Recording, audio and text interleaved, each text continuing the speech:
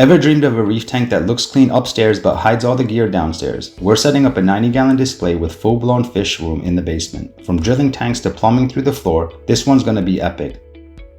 Here we are building the stand. I use a simple design that I found online 20 years ago and it works. If you have somebody to help you, it will be a lot smoother.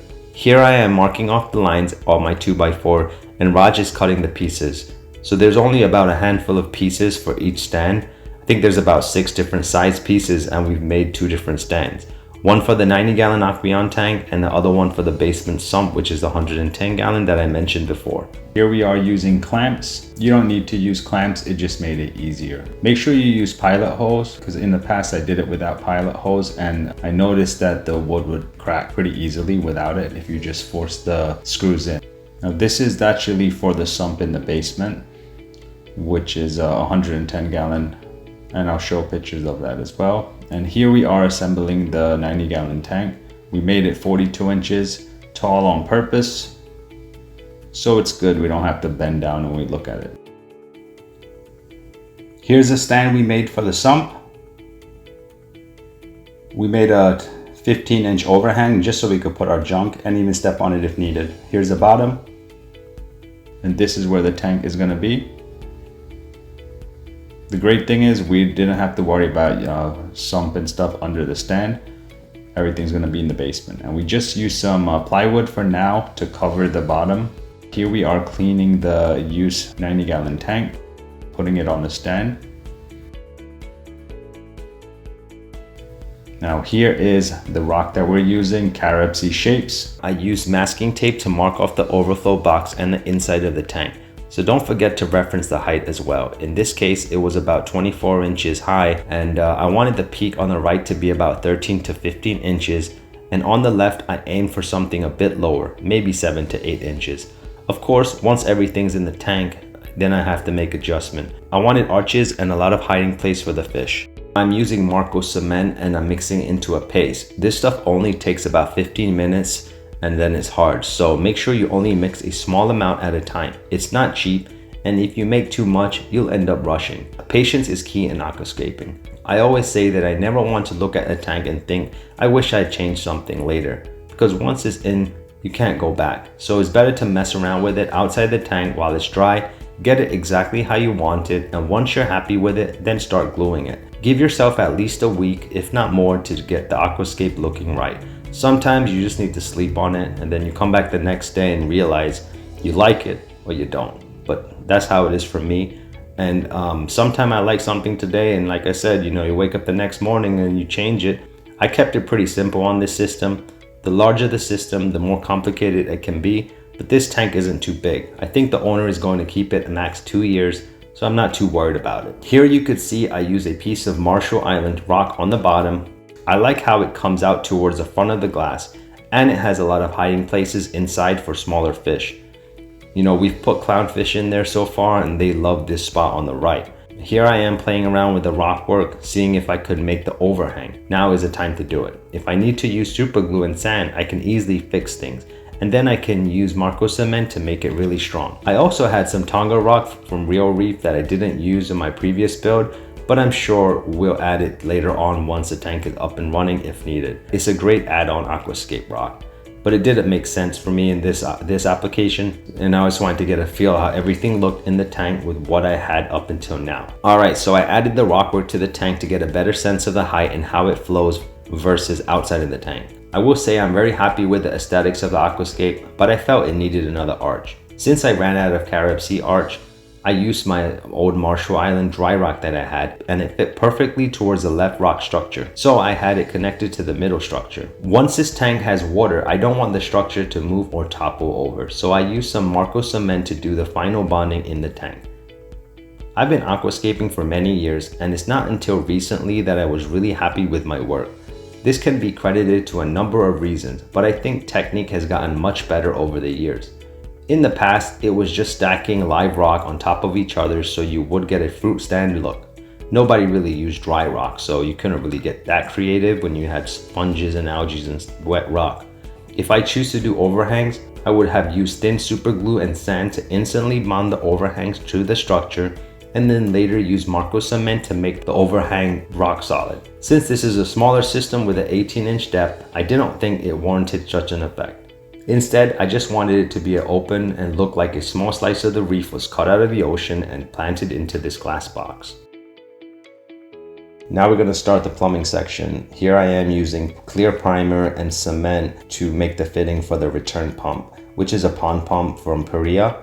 And it's going to be angling with a 45 to the wall, and we're going to use a T and put a manifold there. The reason why I put a manifold is in the future, if you want to add any more flow to the sump or add like a UV sterilizer or something, then I thought it would be smart just to add it. And I've never used this pump on a tank that was so small, and I was worried we're going to get like 15 to 20 times turnover.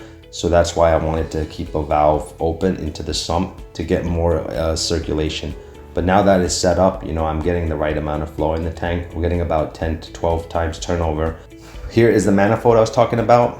And here we are, we're gonna go up. And this was kind of a challenge. We had to really think it out first because there is a staircase before the tank wall. So we decided that this hole against the wall where the tank is the perfect length where we could actually have the plumbing going nicely across two walls. So right now here you can see drilling the hole, and we use an 1.5 inch hole all the way up and all the way down. And you'll see when we go behind the tank, we're gonna reduce it to a 1 inch because the tank has two 1 inch bulkheads. So we had to reduce it. And in the future, we could just cut that pipe and plumb it to an 1.5 inch drain for both. And we're happy with the way it came out. It looks really neat and organized. And we're gonna finish off the drain here. We used some 2x4s, drilled it into the ceiling and used some clamps. And we're gonna have the drains going straight down into the sump onto the far corner. And eventually we're gonna add a Red Sea roller mat filter, but for now we're just using some filter socks. And here are the holes in the wall, and we're gonna work on the final pieces of the plumbing. The drains. So since this tank only had 2 holes on the overflow box, luckily there were 1 inch bulkheads, both of them, so we were able to use 2 drains, and I'm pretty sure that's enough flow capacity for this tank. I would have liked to be 1.5 inches, but I think it helps reduce the noise, it going down to 1 inch, because the drains are pretty silent and both of the drains are being used, so that's a good thing. We used the Mega Flow overflow that came with the tank, and I think they designed a good system for noise. You don't hear much noise. We do hear some vibration from the pump, but it's still not that terrible. We used some dry eraser marker to mark off exactly where we wanted to cut the pipe. And this is above the tank, the returns. I wanted it to have 2 outlets, one on each corner with a valve controlling the flow on either side, so we could manipulate the flow as needed. So here I am using primer and cement, and we used a 3/4 inch lock line. I didn't want this touching the tank. You know, I don't want no salt creeps or nothing. So the only place we might get salt creeps are on the fittings of the lock line. So here you could see how I made it like 6 inches above the water line so we could easily access the valves. Keep everything clean. I think it looks better when you have less clutter near the tank. So here's what it looks like in the back. And here is a board I'm gonna attach the pond controller.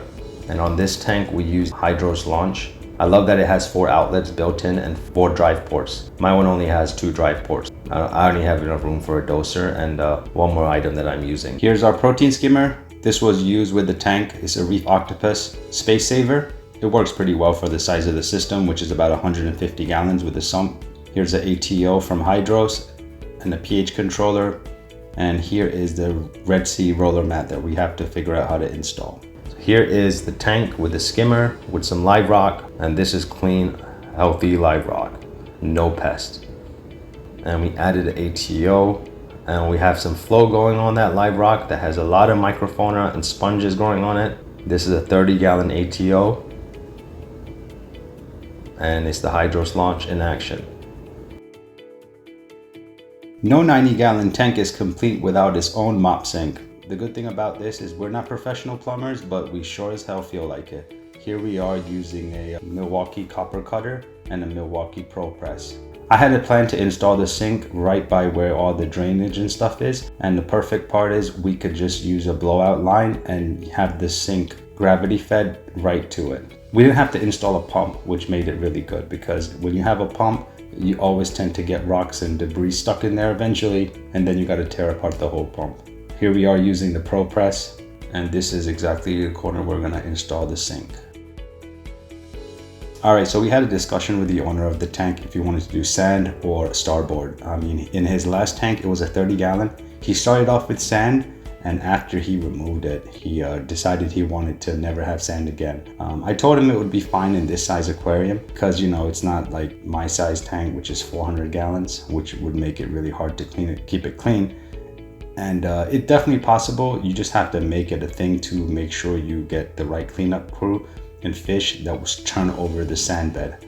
That's just a thing I didn't really want to do, so he didn't either. So we went to Home Depot, picked up a 2x4 sheet of white Starboard, and here we are just measuring it out and cutting it. This was pretty simple. We just had to mark off exactly where the overflow box was and just cut out a groove. The reason why I like white Starboard is it reflects the light kind of like sand does. Over time, yes, it's going to get a bunch of coralline algae and things growing on top of it, but you still see the white patches, you know, from time to time, because urchins will remove some layers. You could keep it clean by scraping it off. It just gives a more natural feel, in my opinion. The only downside is you have to be very particular in what type of fishes you can get. If you like wrasses that sleep in the sand bed, most of them will not be able to survive in our tank. There's a few exceptions. Also, if you like gobies, mandarins, fish like that, they only do well in a tank with sand because they feed off of it. We don't really want to add those types of fish anyway. We want to add tangs, clownfish, fishes like that. Here we are installing the Starboard. I thought we would have to use 2 pieces because of the bracing, but we were able to squeeze it in there in 1 piece. This was a forever system. I would have siliconed it so the detritus couldn't get to the sides, but this tank's gonna probably be set up for maybe 1 year, 2 years top before we upgrade it. We're gonna take out the rock work and do a water test. Well, since we're using tap water, I didn't want the rock work to get soaked, so we just took everything out.